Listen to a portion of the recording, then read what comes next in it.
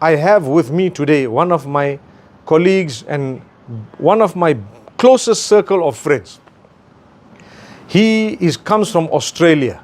His name is Sheikh Wael Ibrahim, sitting on my left.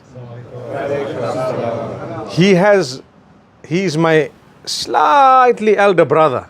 There is a gap of few weeks between me and him. So he's slightly older brother. But being a grandfather, I have more experience in that, inshallah. And Allah has blessed him with something unique. You know, today we have the age of pornography. The age of pornography. People are looking at dirty things. People are advertising in a dirty way. You want to sell, for example, a tire. You know, tire, Dunlop or Bridgestone. You know Bridgestone? Yes. In order to get the man to look at the quality of the Bridgestone, you need a naked lady sitting next to the tire. Are you understanding how cheap they made the women? They made a woman so cheap that they said you must stand naked and you stand Bridgestone. When he thinks Bridgestone, he says, oh, that lady, that advert, I remember. You see? That's how the world has become. Am I right here? So it's crazy how they are playing with the mind. We have sometimes addictions to some things. We don't even realize we are addicted to this. You see, like for example, sometimes we are addicted to jollof. We don't even realize. We need it. Without that, khalas, my stomach is still empty. Why? There was no jollof. Allah. You see. So, Brother Wael Ibrahim has specialized in something unique to help people without prejudice, without hurt or hate, without belittlement. Anyone who is addicted and has behavioral addictions, this is where you go.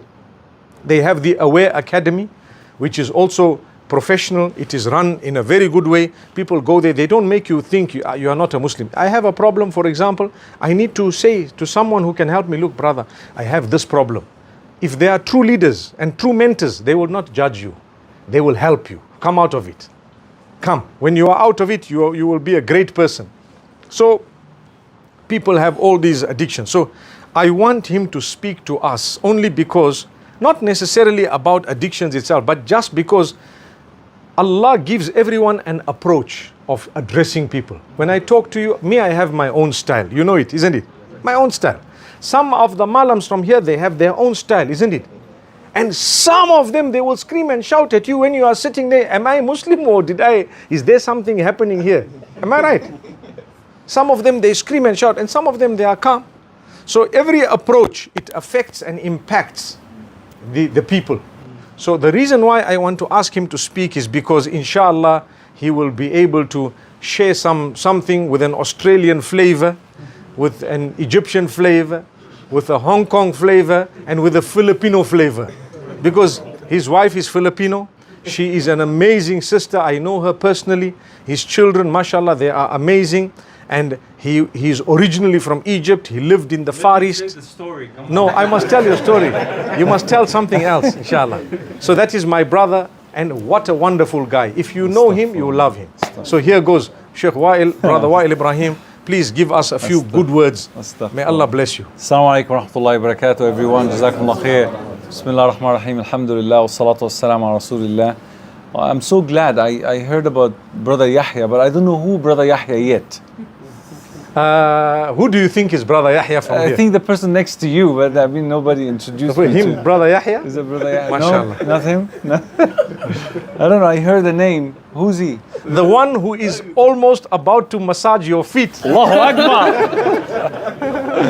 So, Jazakumullah khairan, may Allah bless the home, the inhabitants of the homes and everyone. Now, Mufti Menk put me on the spot as always, mashallah, barakallah fi. It's a good spot. All right, the thing that I want to mention, which I believe it had a lot of impact on people, is my own personal story and how I became who I am today, from the dark side to today, to where I'm here, you know, where I'm at the moment. And that is how I started my life growing up, loving music, live, you know, the life of the nightclubs and weddings and other vices. We don't want to go into the details, but that was me before Allah subhanahu wa ta'ala's guidance. And the reason why I always mention this story is that there are many people up until today are into these vices, whether music, anyone into gaming? Anyone into gaming in Nigeria? No? Allahu Akbar. MashaAllah, tabarakallah. How about movies? Don't worry, Mufti Menk will not judge you. Will you judge him, Sheikh? Anyone into movies? Yeah, songs, TV series, sitcom and whatnot. So all these things usually, yeah, I know. All these things sometimes take us from reality and put us into that imaginary lifestyle that made us depressed about who we are and what we are experiencing and so on. So that was me back in the days. I wanted to become famous. I wanted to become, admired by people and so on, until I reached to a point that I didn't have passion about anything in my life other than music and singing. I started disobeying my parents and so on. Story short, I went to Hong Kong City. I got married to a Catholic lady because I didn't care about religion at that time. And in Hong Kong City, I became even more adamant to become famous, and I ran after that singer named Leslie Chung, and all of a sudden, in the middle of all these, effort to become someone like him, he committed suicide. And that took me into a phase of depression for about 6 months. I don't recall that period in my life until I started to awake again. My wife told me what happened, and slowly I wanted to pray. I was on antidepressant, I was so many medications, so I just wanted to pray. The only thing that came into my mind is I wanted to pray. So as I just put something to pray on, no wudu, no direction, no qibla, nothing, I just wanted to pray. Hasbunallah. Wallah, I just say I wanted to pray. So I say, Allah, I remember how to pray. My parents taught us how to pray. And as I was prostrating, I remember a man back in the days, my father used to take us to the masjid, and he will literally throw us into the masjid, and he will tell the man, teach them how to pray. So I remember this man, I don't know why, while I'm in prostration. Did you guys remember sometimes while we're praying, we remember worldly matters, So this too happened to me that moment. But I remember that guy who used to teach us how to pray. And he used to say, when you pray, remember the Kaaba in front of you, Jannah on your right, hellfire on your left, and the angel of death waiting for you to finish so he can take up your soul. And as I was saying, Assalamu alaikum wa rahmatullah, my wife was standing behind me. Angel of death. I thought so. And subhanAllah, my wife was very intrigued by the sujood position. And she started asking me question after question. And I was so ignorant about my own faith. But prayers had left an impact on my wife to a point that she couldn't sleep, and she asked me to pray with her. Like she said, you teach me how the Muslim pray, but I don't want to become a Muslim. That was her condition. Just show me how you guys praying, what do you say, but I don't want to become a Muslim. I love Jesus. She used to say, Jesus, I will never betray Jesus. That was my wife. And so I stood in front and she was at the back, and I started praying. And when we reach again to the sujood, I heard my wife from behind crying like a baby, like with voices and noises. And so when we finished, I told her, why were you praying? She said, God is worthy to be worshipped like this. This is how God should be worshipped. And a few days later, she took her shahada, she became a Muslim.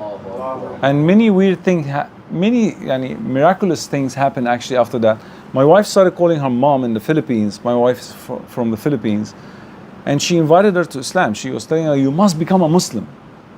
And I was like looking at my wife, I said, I should be doing what she's doing, because, I'm an Egyptian Muslim, I should be doing this. And then slowly we traveled to the Philippines. Her father became a Muslim, her brother became a Muslim, her sister-in-law became a Muslim. Her mom became a Muslim 16 years later. And she died as a Muslim, alhamdulillah. But during those period, masjid was established in the Philippines, the whole neighborhood. So your life changed. Wallahi, everything, slowly, everything has changed. And then the reason why I got into studying Islam is the constant questions that my wife was, asking every single day, asking me things about Islam. I didn't know anything. So I started looking into studying. Why am I telling you this personal story? Because I really hate seeing people repeating the same vicious cycle, repeating the same mistakes. I became depressed because I was running after the dunya. The guy who committed suicide that I was looking up to, he left a suicidal note in his hotel room with one word. Anyone can guess what was that word? Anyone? Depression. So money, fame, all this, you know, he was titled the Asian's biggest superstar. That was his title.